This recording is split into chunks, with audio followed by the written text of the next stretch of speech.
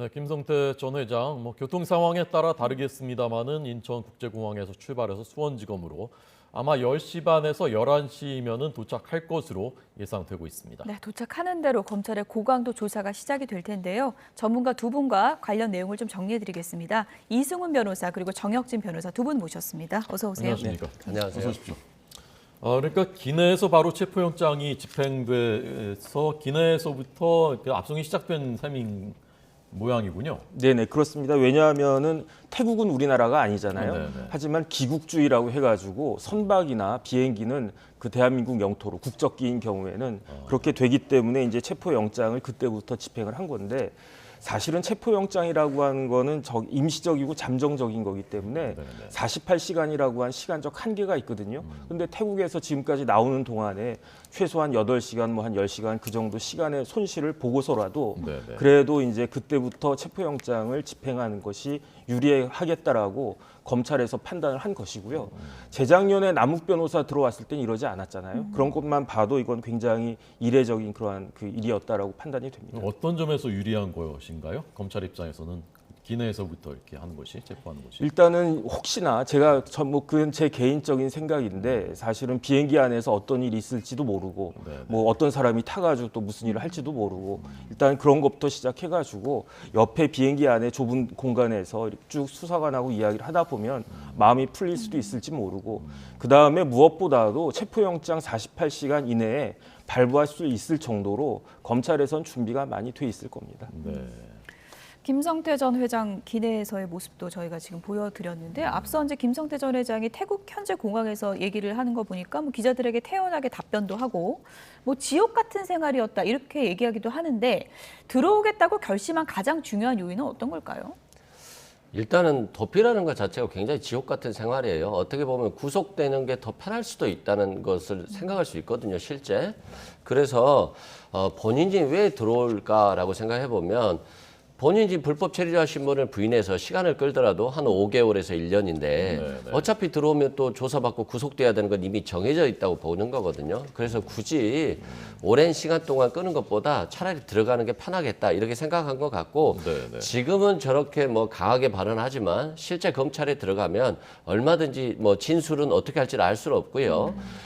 지금 이제 본인에 대해서 억울하다, 가족들이 이렇게 전체가 힘드는 상황이다, 이런 것들을 얘기하는 것들은 그냥 전체적인 얘기일 뿐이고, 검찰 조사 들어가면 어떤 사실관계가 밝혀질지는 아직은 확인할 수 없습니다. 네, 지금 저희가 이제 아시아나 우리 국적기이기 때문에 아까 말씀하신 기국주의에 따라서 체포가 바로 집행이 됐고, 맨 뒷자리에 저렇게 이제 앉아 있다가 오늘 새벽에 1시 25분에 출발했고요. 우리 인천공항에 도착한 것이 8시 40분. 그러니까 체포영장의 시한은 1시 25분에 이미 시작이 돼서 지금도 시간이 째깍째깍 9시간 가까이 흘러가고 있습니다. 그런데도 불구하고 이제 한 것은 검찰이 어느 정도 혐의 입증하는 데 자신이 있는 것으로 보인다라고 하셨는데, 아까 이제 그 김성태 전 회장은 이재명 씨는 나는 모른다. 네네. 전화번호도 모른다. 네. 그리고 이제 혐의를 대부분 부인했단 말입니다. 네네. 그러면 이제 검찰이 어떤 수사부터 어떤 조사부터 어떻게 하게 될 것으로 보십니까? 일단은 이재명 대표도 김 회장을 모른다라고 했고, 네. 김 회장도 이재명 대표를 모른다라고 했으니까 두 사람 사이에 말이 그 일치가 되는 거죠. 그 다음에 그런데 좀 믿기 어려운 부분이, 이제 그 김 회장 입장에서는 이재명 대표도 마찬가지지만 이재명 대표를 모르는 게 본인한테 유리한 거죠. 하지만은 좀 석연치 않은 그런 부분들이 있는 게, 첫 번째로 경기도하고 가장 밀접한 관계가 있었던 기업이 어디냐? 쌍방울이었잖아요. 그 단적으로 그 지사가 임명할 수 있는 최고위직이 부지사인데, 그 네. 부지사가 쌍방울의 사회이사였을 뿐만 아니라 뒤늦게 밝혀지긴 했지만 법인카드를 3억 이상 썼던 그런 사람이었고, 그다음 또 하나 뭐가 있냐면, 경기도가 특히 이제 이재명 대표가 경기도지사 할 때 굉장히 그 대북 관계를 중시하게 생각을 했어요. 네, 네. 그래서 남북 교류 여러 가지 협력 회의를 행사를 많이 했는데, 경기도하고 아태협하고 같이 행사를 한 게 2018년하고 2019년 두 번 있었거든요. 네. 근데 그때 그 누가 후원을 했느냐?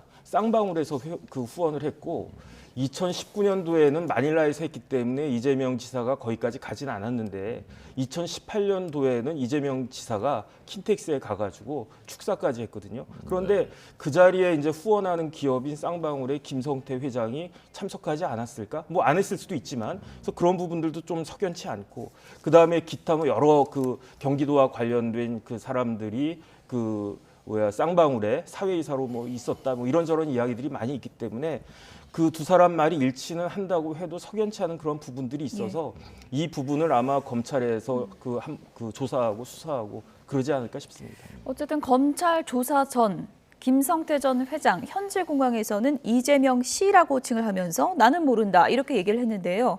어제 이제 기자들의 질문이 나오자 한동훈 장관은 말 맞추기 신호다 이렇게 얘기를 했습니다. 들어보시죠. 네, 한동훈 법무장관 어제 발언입니다.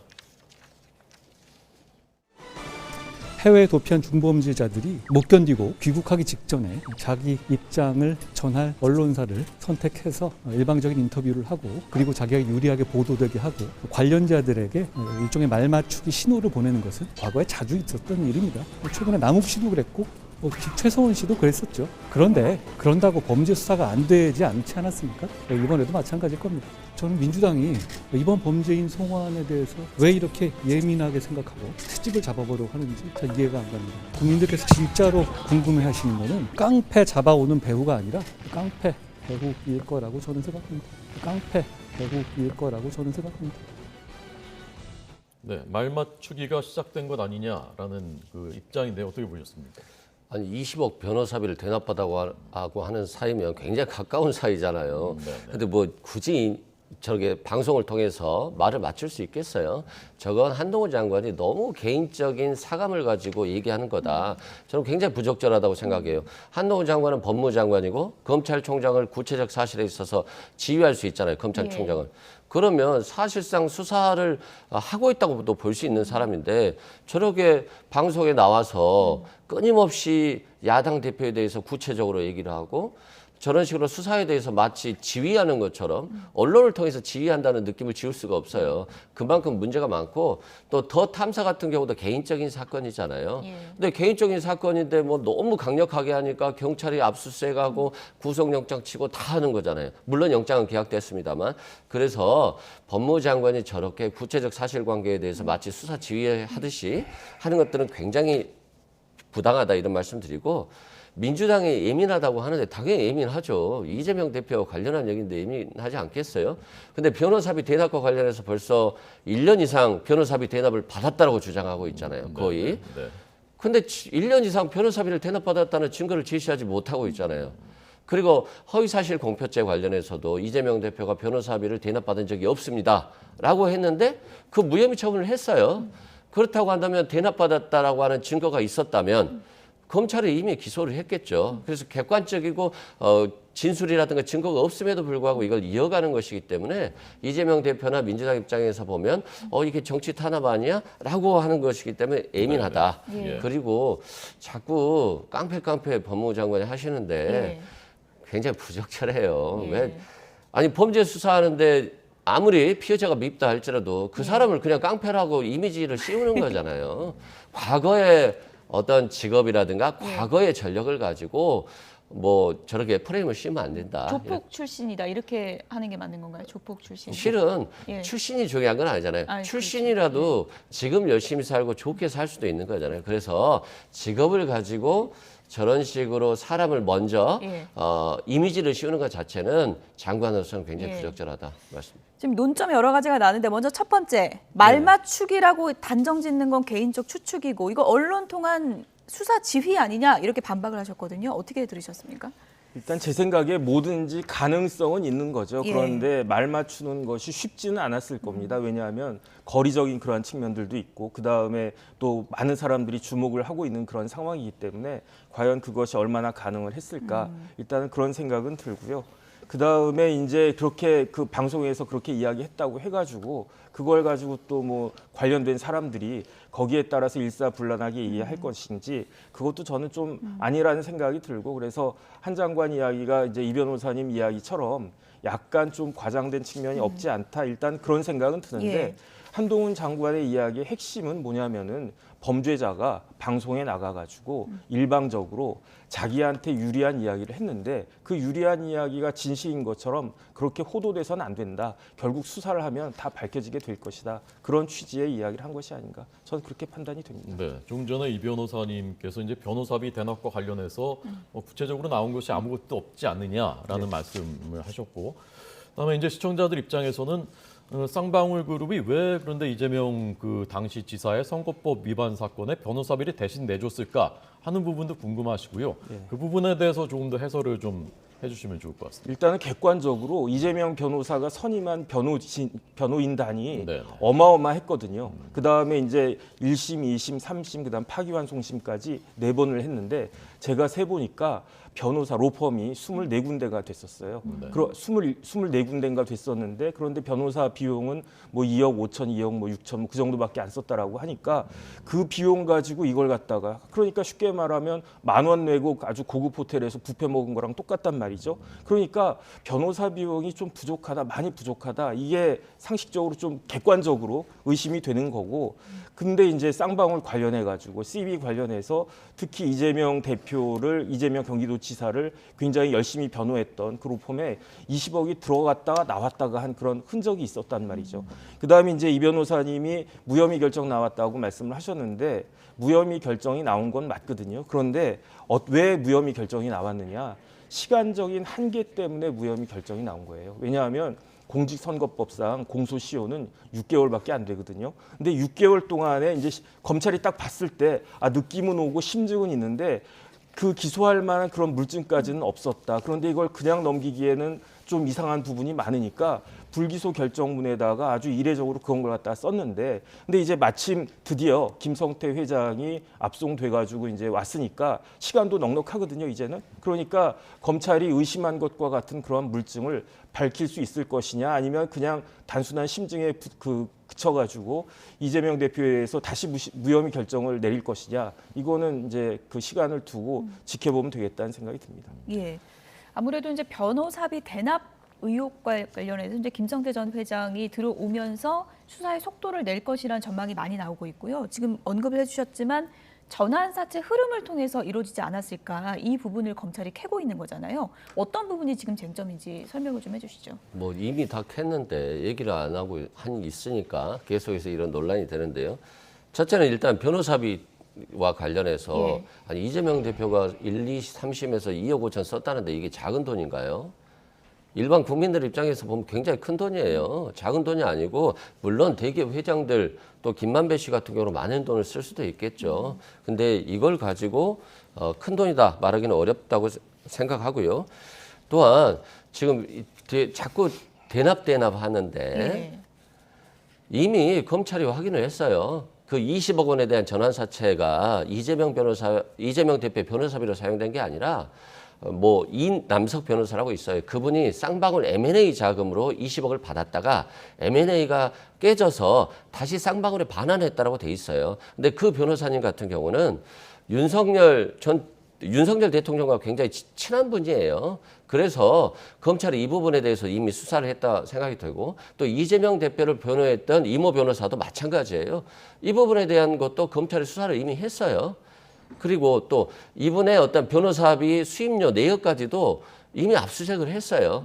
그럼에도 불구하고 허위사실 공표죄에서 무혐의를 했잖아요. 그러면 검찰이 보는 건 꼭 전환사채가 아니더라도 다른 현금이 혹시 들어간 게 아니야. 그런데 이건 뭐냐면 그 변호사를 했던 그 변호사를 수사를 해야죠. 그 변호사를 열심히 수사해야지 이재명 대표를 수사한다고 나오겠어요. 그래서 저는 지금 검찰이 너무 오랫동안 사건을 묵히고 있기 때문에 저는 김성태 씨가 빨리 들어온 건 정말 다행이라고 생각되고 그래서 사실관계를 빨리 밝혀서 대납을 받지 않았다라고 한다면 받지 않았다고 얘기를 해줘야 돼요. 어차피 이재명 대표는 지금 변호사비를 대납받은 사람으로 이미 이미지가 고착돼 버린 거예요. 이게 검찰에 의해서. 그래서 검찰이 수사도 하기 전에 너무 많은 정보를 실시간으로 흘리기 때문에 이것들이 곧 수사가 아니라 정치를 하고 있다는 거거든요. 윤석열 대통령이라든가 김건희 여사, 김건희 씨의 장모에 대한 수사가 이루어진다고 하고 있잖아요. 그것에 대한 수사에 대한 정보는 아무것도 나오지 않잖아요. 그러면 국민의 관심은 김건희 여사에 대해서는 멀어지고 이재명 대표에 대해서만 관심을 갖고 이재명 대표만 방송에서 계속 나오는 거잖아요. 그래서 저는 검찰이 정치적인 수사보다는 빨리 사실관계를 파악해서 국민들께 알려라 차라리 이렇게 말씀드립니다. 네. 이재명 대표 변호인들이 이제 쌍방울 계열사의 사회이사로 이제 등록이 돼서 거기서 급여를 받는 그런 형식으로 변호사비 대납된 것이 아니냐라는 이제 의혹이 있는데 그 부분에 대해서는 이미 검찰이 다 들여다본 거다라는 말씀이신데 어떤 입장이십니까? 일단은 뭐 사회이사 비용 정도 가지고 변호사비 대납이라고 보기는 제가 봤을 때 어려울 것 같고요. 오히려 경기도를 통해 가지고 사건을 뭐 준다든지 해가지고 이제 그 대납하는 경우가 종종 있거든요. 예컨대 이제 회사에 대표이사가 어떤 범죄를 저질렀을 때 그 비용은 개인 비용으로 내야 됩니다. 왜냐하면 그렇지 않으면 그것 자체가 업무상 배임이 되거든요. 근데 이제 그 돈이 아까울 거 아니에요. 그러니까 어떤 일들이 종종 있냐면은 대표이사가 뭐 변호사비 뭐 500만 원, 뭐 얼마 1000만 원 이렇게 최소한으로만 하고 대신에 뭐 회사의 사건을 몰아준다든지. 근데 그런 어느 정도 비슷한 일들이 경기도에서도 있었던 것 같은데 핵심은 그건 아닌 것 같고요. 왜냐하면 그 비용 자체가 그렇게 큰 비용은 아니었으니까. 그런데 쌍방울 관련해서는 20억 관련해가지고 CB가 발행됐고 CB가 발행돼가지고 그 범법이 넘어간 그런 과정 같은 것들이 석연치 않은 그러한 부분들이 사실 있는 건 사실이거든요. 그래서 이승훈 변호사님이 그 부분에 대해서는 검찰도 확인을 했다라고 이야기를 했는데 제가 알고 있기로는 뭐 검찰에서 그렇게까지 확인이 된 건 아닌 것 같고 이런 부분들은 어찌됐든지 간에 요번에 검찰에서 얼마나 밝힐 것이냐. 만약에 제대로 밝히지 못했는데 그럼에도 불구하고 지난번 불기소 결정문처럼 이런 심증이 있는데 이런 부분들 좀 석연치 않다. 그렇게 이야기를 했다라고 하면 그 부분에 대해서는 검찰이 책임을 져야 될 일이라고 생각을 갖다 합니다. 저는. 네, 한동훈 장관도 이제 남욱 변호사도 들어와서 입장 바꾼 적 있다 이런 네. 얘기를 했는데 어떻습니까? 김성태 전 회장 일단은 지금 모르쇠로 일관하고 있는데 검찰 고강도 조사 시작되면은 입장을 바꿀 가능성도 있다고 보시나요? 일단 피의자들은요. 예. 거의 99% 이상은 부인을 하거나 부인하기 어려우면 모른다라고 이야기를 갖다 하는 거예요. 왜냐하면 그게 나쁜 것도 아니거든요. 그게 자기 자신의 권리를 지키는 그런 일이기 때문에 예. 그런데 만약에 이제 검찰이나 수사 과정에서 증거가 나오거나 아니면 다른 사람의 공범의 뭐 증언이 나오거나 그러면 어쩔 수 없이 그 입장을 갖다가 바꾸는 경우는 왕왕 있기 때문에 네. 그런 것들이 검사의 능력이고 그런 것들이 수사기관의 능력이니까 얼마나 잘하고 있는지는 한번 지켜볼 만한 것이 아닌가 싶습니다. 네. 대북 송금 관련해서는 이제 북한 김영철 등에게 47만 달러를 김성태 전 회장 지시로 이제 주었다라는 혐의인데 이 부분은 이제 귀국하기 전에 그건 개인 돈이다, 그 회사 돈 아니다라고 했는데 개인 돈이라고 해도 그게 법적으로 문제가 될 수 있는 것 아닙니까? 개인 돈이라고 해도 당연히 문제가 될 수 있고요. 일단은 외화를 환치기를 통해서 넘겼다라고 한다면 외환관리법 위반이 되고 또 남북교류협력법에도 위반될 수 있어요. 그리고 쌍방울 같은 경우는 유엔의 제재를 받을 수도 있고요. 그래서 상당히 심각한 문제고 저는 검찰이 이 부분에 대해서 굉장히 집중할 거라고 봐요. 변호사비 대납보다는. 그래서 마치 아태엽이 어떤 대북 경협을 통해서 연결하면서 그 돈들이 북한으로 넘어갔고 이게 혹시 이재명 대표가 관여되거나 보고를 받거나 지시한 거 아니야? 이 부분에 대해서 저는 집중적으로 캐 물을 것 같아요. 그래서 김성태 씨가 이재명 대표를 위해서 거짓말을 한다? 저는 이건 상상하기 어렵다고 봐요. 본인이 지금 힘든 상황이고 본인이 몇 년을 받을지 모르는데 왜 이재명 대표를 보호하겠어요? 그래서 김성태 씨의 진술이 허위 진술일 것이다. 그러니까 진술을 바꿀 것이다. 이거 자체가 저는 잘못된 프레임이라고 생각되고 앞으로 자신에 대한 횡령 배임 액수가 얼마나 늘어갈지 모르고 주가 조작이 유혐의가 돼서 얼마나 많은 돈을 주가 조작했다고 할지 모르거든요. 그래서 저는 오히려 김성태 씨가 자신을 보호하기 위해서 허위 진술을 통해서 이재명 대표의 연관성을 연결시킬 가능성이 오히려 더 높다. 이런 말씀을 드려요. 그다음에 민주당 인사와 관련해서도 이 대북 경협과 관련해서 혹시 이해찬 전 대표가 관련된 거 아니야? 또 이화영 전 평화부지사하고의 어떤 관련이 있을까? 그리고 이화영 평화부지사가 됐는데 이게 이재명 대표 어떤 연관이 있는 거 아니야? 이것 가지고 집중적으로 캘 것으로 보여지고 예. 이 부분에 대해서 얼마나 이제 김성태 씨가 어떤 진술을 하느냐가 저는 좀 관심의 초점이 될 수도 있겠다 이런 생각이 듭니다. 지금 설명해 주신 그 부분이요. 일단 김성태 전 회장과 이재명 대표는 관련성을 부인하고 있는데 이재명 대표 측근들이 사회이사 명단에 많이 포함된 부분은 어떻게 바라봐야 될까요? 어떻게 해석을 해야 될까 이 부분은?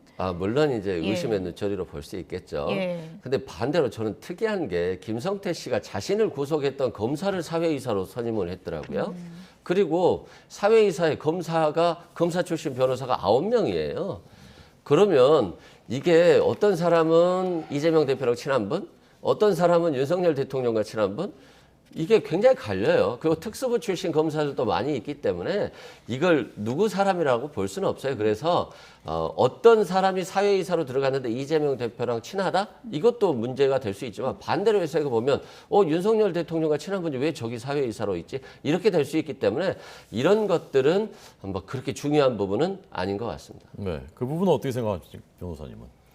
일단은 제가 봤을 때는 지금 그 논점은 뭐냐면 타겟은 이재명 대표 아니겠습니까? 그러면 이재명 대표하고 김성태 회장하고 친한지 안 친한지가 중요한 거고 김성태 회장이 다른 사람하고 친한지 안 친한지는 그 다른 문제란 말이죠. 그런데 누가 봐도 지금 김성태 회장이 이재명 지사를 모를 수가 있을까? 그런 생각은 드는 거죠. 그런데 두 분이 다 완강하게 부인을 하니까 오히려 더 의심이 되는 그런 부분들이 있는 것 같고 그다음에 어쨌든지 간에 이제 흔적은 남게 마련이니까 그런 부분들에 대해서 검찰이 밝혀낼 수 있을 것이 아닌가 싶고 그다음에 두 사람이 그럼에도 불구하고 전혀 모르는 사이다. 그렇다라고 하면은 뭐 모르는 사람한테 변호사비를 대납했겠습니까? 그런 점에서 이제 이재명 대표가 혐의를 벗을 수는 있을 것 같은데 그런데 김성태 회장이 뭐라고 그랬습니까? 이재명 대표 때문에 내 인생이 초토화가 됐다고 그랬어요. 그런데 전혀 알지 못하는 사람으로 인해서 어떤 사람의 내 인생이 초토화가 되는 경우가 있을 수 있을까? 뭔가 인연이 있고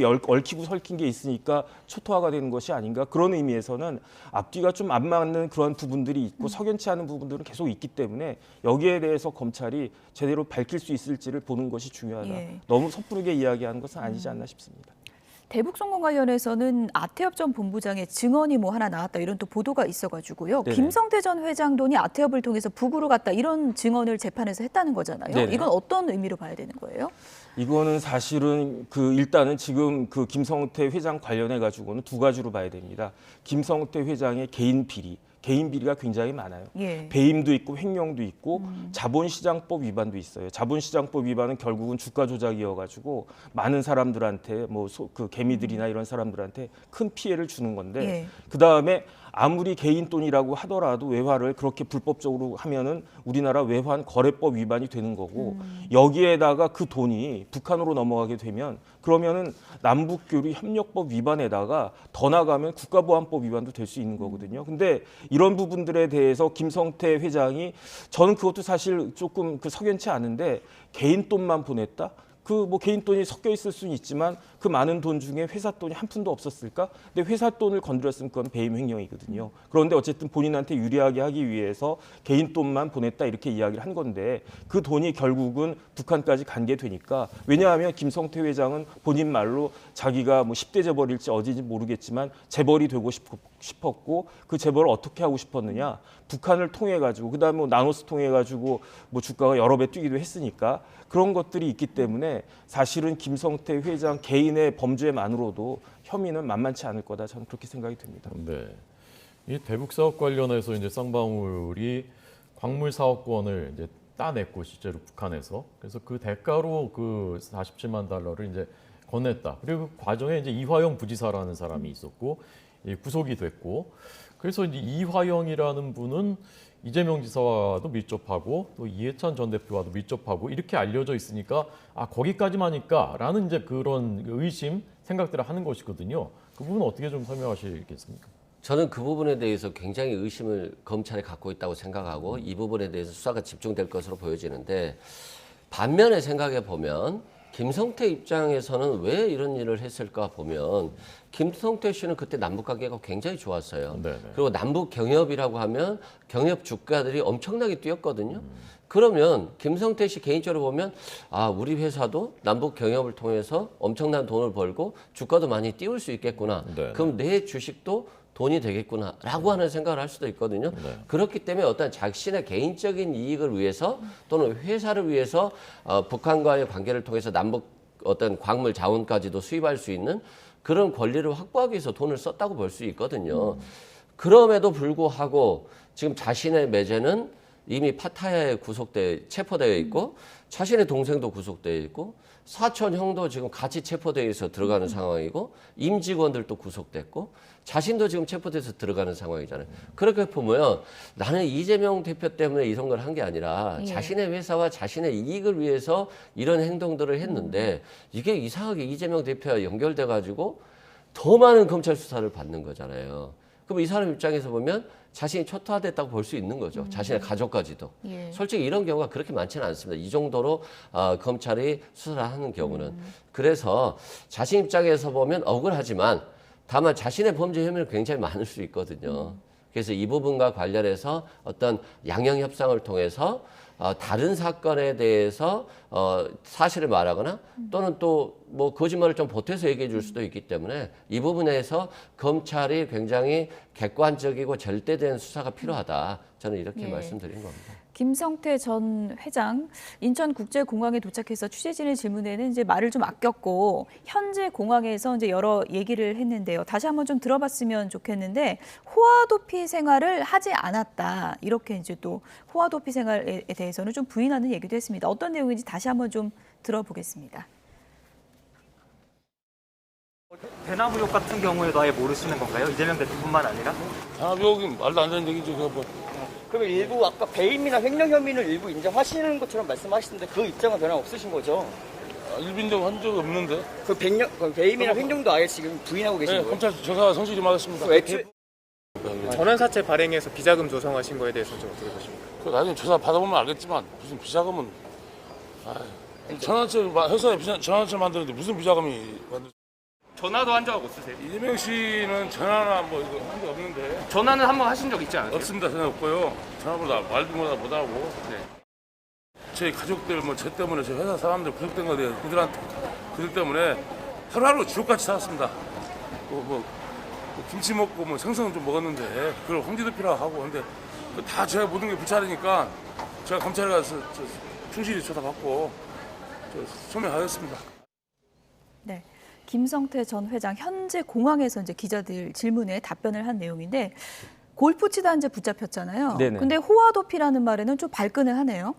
그러니까 제가 예. 봤을 땐 좀 납득은 안 돼요. 왜냐하면 지옥같이 살았으면 지옥에서 벗어나고 싶지 않았겠습니까? 그러면은 자진 귀국을 했었어야죠. 하지만 김성태 회장이 귀국하는 것은 잡혔기 때문에 귀국한 거고 이왕 잡힌 마당에는 이렇게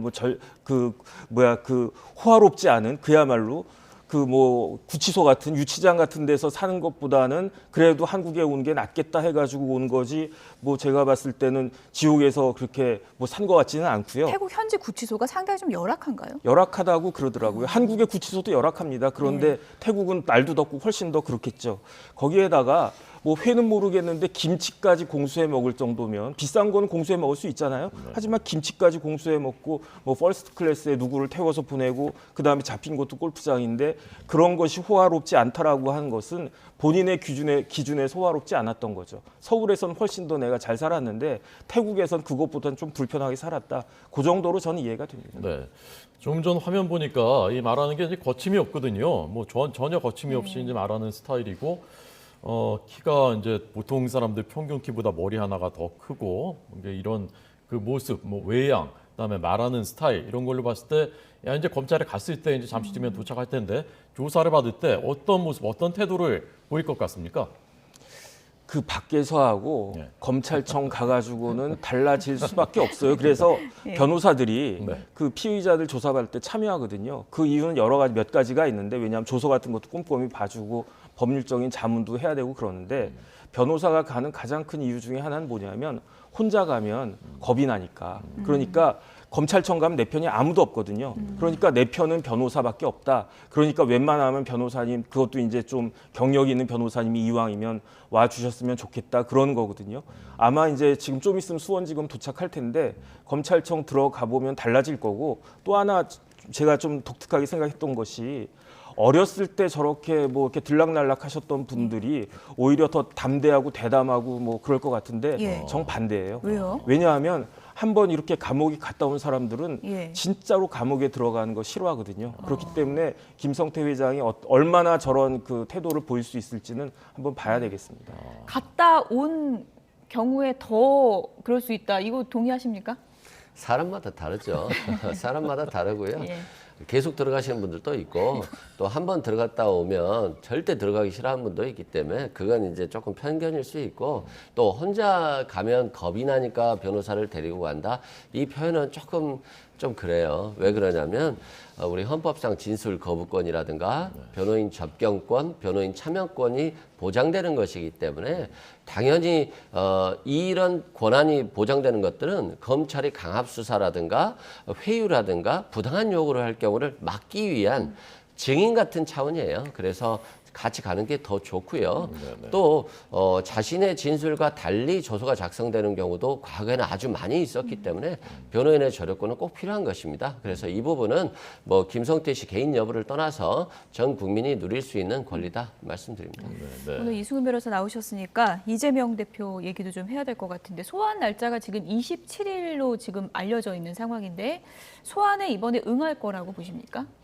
이재명 대표 입장에서 보면 굉장히 부담스러울 것 같아요. 왜냐하면 성남FC 사건도 소환에 응해서 조사받고 나왔는데 결국에는 기소거든요. 그러니까 피의자가 검찰에 나가서 자신의 억울함을 서명해서 무혐의를 받고자 나가는 것인데 이미 기소는 정해져 있고 관련 공범들을 기소하면서 이미 이재명 대표를 공범으로 이미 기소 내용에 포함된 상태예요.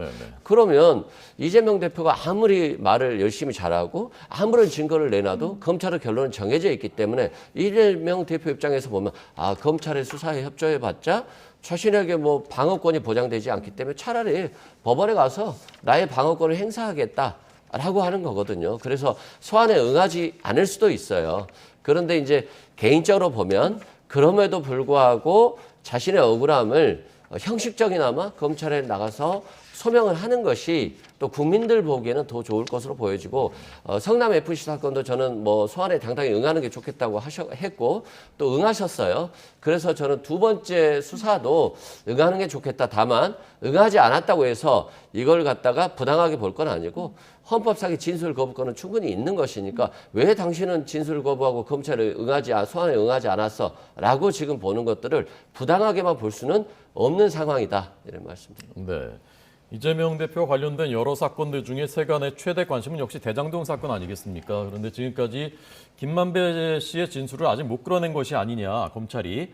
그렇게 관측하는 분들이 많았는데 이제 이재명 대표를 소환 통보를 했단 말입니다. 네네. 지금 검찰의 수사 진척 단계는 어느 정도인 것으로 보셨습니까? 일단 이재명 대표한테 굿뉴스는 뭐냐면요. 술회죄 관련해서는 검찰이 제대로 밝히지 못하고 있구나라고 저는 생각을 하고요. 그렇기 때문에 지금 소환을 갖다가 지금 단계에서 하는 거고 배드뉴스는 뭐냐면은 술회죄는 벗어날 수 있을지 몰라도 업무상 배임죄는 쉽지 않을 것이다. 왜냐하면 유동규 관련해가지고 공소장이 어떻게 되어 있었냐면 검찰이 대장동 사업을 투명하고 공정하게 진행해야 됨에도 불구하고 공사 이익을 갖다가 반해가지고 공사 이익에 반해서 업무상 배임죄를 갖다가 했다. 이게 이제 유동규 공소장이었거든요. 그런데 성남시 도시개발공사 관련된 성남시의 조례나 정관 같은 것들을 봤을 때 시장이 다 관여하도록 되어 있었어요. 그런데 그 다음에 이제 또 이재명 대표가 2018년도 경기도지사 선거에 나와가지고 내가 결제 한번 해가지고 5,500을 갖다 벌었다. 그다음에 그 돈을 신나게 썼다 이런 이야기를 갖다 했기 때문에 그런데 지금 와서 어떤 식으로 검찰이 밝혀냈습니까? 지금 대장동 일당이 벌어들인 그 불법 수익이 7,800억이 넘는데 그 중에 택지 분양 수익이 4천억, 그 다음에 아파트 분양 수익이 3,700억 이런 것들이 다 성남시 통해 가지고 이루어진 거고 거기에 대한 종국적인 책임은 이재명 대표한테 있다. 그 다음에 거기에 대해서 검찰이 최소한 뭐 2천억 가까운 돈에 대해서는 이재명 대표가 그 책임을 갖다 져야 된다. 이렇게 결론을 갖다가 내리고 있기 때문에 이 부분에 대해서는 어쨌든 드디어 그 대장동 관련해서도 검찰이 일단 어느 정도 이제 그 중간 종결을 갖다가 하고 기소를 한다든지 그런 것이 이제 목전에 다가온 것이다. 저는 그렇게 판단이 됩니다. 네, 변호사님 말을 조금만 제가 그 설명을 드리자면, 그러니까 수뢰, 그러니까 이재명 대표에게 직접 돈이 갔다는 것은 못 찾았을 가능성이 있는 것 같다. 그러나 그 배임, 그러니까 성남시로 들어왔어야 되는 수익이 민간업자들한테 가도록 그 업무상 그 부분 잘못한 부분은 벗어나기 어려울 것이다라는 그 말씀인 거죠. 네네. 그래서 이제 법조인들은 어떻게 이야기하고 있었냐면 예. 수뢰죄를 밝히는 것이 핵심인데 만약에 그것이 제대로 되지 못한다고 하더라도 업무상 배임죄는 피하지 못할 것이다라고 많은 사람들이 예측을 했거든요. 그 수순대로 갈 수도 있는 것이 아닌가 하는 생각이 듭니다. 예. 어쨌든 설 전에 야당 대표에게 추가 소환 통보를 한 것을 놓고 지금 민주당은 이것은 정치쇼다, 정치 보복이다 이렇게 이제 주장을 하고 있는 상황인데요. 관련 내용을 좀 듣고 오겠습니다. 이재명 대표에 대한 소환 요구는 윤석열 정치 검찰의 사생결단 정치쇼입니다. 이재명 대표의 변호인에게 구두로 소환 요구를 하자마자 언론에 이 사실을 흘린 것으로 보입니다. 이쯤 되면 죄가 있건 없건 사생결단을 내겠다는 의도라고 볼 수밖에 없습니다. 당당하고 의연하게 저들의 야당 파괴 그리고 민주주의 파괴 시도를 분시하겠습니다. 검찰이 어떤 모략과 날조를 해도 결국 국민과 역사는 반드시 승리할 것입니다. 맥락에 맞지 않는 공허한 음모론이나 다수당의 힘자랑 뒤에 숨을 단계는 이미 오래전에 지냈다고 생각합니다. 이제는 팩트와 증거로 말씀하시는 게 어떨까 생각하고요. 그리고 뭐 사적 보복이라고 말씀하시던데 다 아시다시피 그 수사는 모두 다 지난 문재인 정권에서 시작한 수사죠. 문재인 정권이 사적 보복을 시작했다는 말씀인가요? 사적 보복이라는 프레임 자체가 성립되지 않는 구조입니다. 단순한 범죄 수사일 뿐이라고 말씀드리겠습니다. 네, 수사의 시작이 문재인 정권인데 어떻게 정치 보복이냐, 프레임이 맞지 않는다 이런 반박을 한동훈 장관이 했는데 어떻게 생각하십니까? 저는 한동훈 장관의 말이 무슨 말인지 모르겠어요. 아니 당연히 문재인 정권 하에서 고소를 하고 고발을 하면 문재인 정부의 검찰이 수사를 하는 거잖아요. 그런데 지금은 한동훈 장관이 하는 거잖아요. 뭐 전 정권에서 고발됐냐가 중요한 게 아니라 수사를 어떻게 하느냐가 중요한 것이지 이걸 가지고 왜 전 정권에서 수사했는데 이게 정치 탄압이 아니지 왜 정치 탄압이냐라고 보는 것 자체가 뭐 논리적으로 별로 맞지 않다고 생각을 하고요. 수사의 방식이 문제라고 보시는 건가요? 그렇죠. 예. 그리고 팩트와 증거에 따라서 이재명 대표가 하면 된다는데 팩트와 증거로 다툴 수 있는 건 법원에서밖에 없잖아요. 언론에다 대고 팩트와 증거로 계속해서 다투면 이재명 대표는 여당의 프레임이 더 빠지는 거잖아요. 그러니까 할 수 없는 것을 공경연하게 얘기하는 거예요. 그리고 좀 한동훈 장관이 법무장관으로서 뭐 야당 수사할 수 있습니다. 근데 여당 쪽에 대한 수사도 좀 했으면 좋겠어요. 과거에는 전 정권이라든가 과거에는 한쪽에 대한 수사라면 반대쪽에 대한 수사도 했어요. 오직 상대방 편에 대해서만 수사를 하니까 마치 한동훈 장관이 법무장관이 아니라 여당 대표 같다는 느낌이 들어요. 여당 대표 또는 여당 대변인. 그러니까 오죽했으면 여당 당대표 선거에 나와야 된다는 얘기가 나오겠습니까? 네. 저 정도 수준이면 저는 정치를 하시는 게 맞다. 정치를 하면서 저렇게 하면 누가 비판할 수는 없잖아요. 장관의 입장에서 저런 건 굉장히 부당하다고 생각하고 대장동 사건에 대해서 그렇게 집중적으로 수사를 했습니다만 이재명 대표와 관련한 직접적인 증거나 진술이 나온 게 없잖아요. 그러니까 성남FC로 먼저 부른 거 아니겠어요? 그리고 이제까지 제3자 뇌물죄와 관련해서도 대부분 공적 이익을 위해서 한 것들을 가지고 기소한 경우는 저는 본 기억이 없어요. 예를 들어서 진경준 전 검사장이 자신의 처남에 대해서 뭐 비행기 관련해서 대한항공 관련해서 뭐 청소 요금 일을 몰아줬다? 제3자 뇌물죄예요. 근데 그건 사적 이익이잖아요. 처남이잖아요. 그리고 전 공정거래위원장이 어떤 SK텔레콤과 관련해서 부당한 편의를 제공하고 자신이 다니는 절에 10억을 기부하겠다는 거잖아요. 자신의 절이잖아요. 자신 절. 사적인 거잖아요. 최순실 씨도 마찬가지예요. K재단, 스포츠재단 이거 공적으로 하고 본 것처럼 보이지만 이건 사적 단체예요. 사실상 최순실 씨가 운영하는 사적 단체이고 성남FC 같은 경우는 성남시장 바뀌면 구단주가 바뀌어요. 근데 굳이 성남FC에 그리고 성남 시민의 세금을 아껴주기 위해서 이재명 대표가 뇌물을 받을 이유는 없지 않겠어요. 그래서 저는 검찰이 좀 자꾸 법리적인 실험을 이재명 대표에 하고 있다. 그래서 정치적으로 너무 좀 편향된 수사라고 보는 것이고요. 어차피 편향된 수사할 거면 빨리 끝냈으면 좋겠다. 네. 자, 그러면 끝으로 정 변호사님께서 지금 말씀하신 성남FC 제3자 뇌물죄 그 문제하고 제가 자막으로 계속 보여드렸는데 대장동의 부패방지법 위반, 이해충돌방지법 위반 이게 참 어려운 얘기거든요. 이거 좀 설명을 끝으로 해주시면 좋을 것 같습니다. 일단은 이제 성남FC 관련해가지고든요. 성남FC가 성남이 만든 게 아니에요. 성남 일화였는데 성남 일화가 어려워지니까 그것을 성남FC로 해가지고 성남시가 인수를 했거든요. 언제?